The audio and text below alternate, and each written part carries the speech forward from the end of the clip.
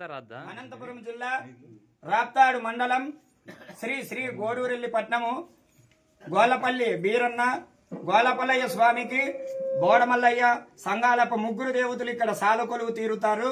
దసరా పండగ సందర్భంగా దసరా ఉత్సవాలు ఈరోజు అమావాస్య రోజు అఖండ దీపారాధన కార్యక్రమము ఇక్కడ కాపులు పూజారప్పలు పెద్దలు కలిసి ఈ రోజు నిశ్చయించినారు. ఈ రోజు నుంచి దసరా పండగ వరకు ఉత్సవాలు జరుగును. ప్రతిరోజు పూజ కార్యక్రమము.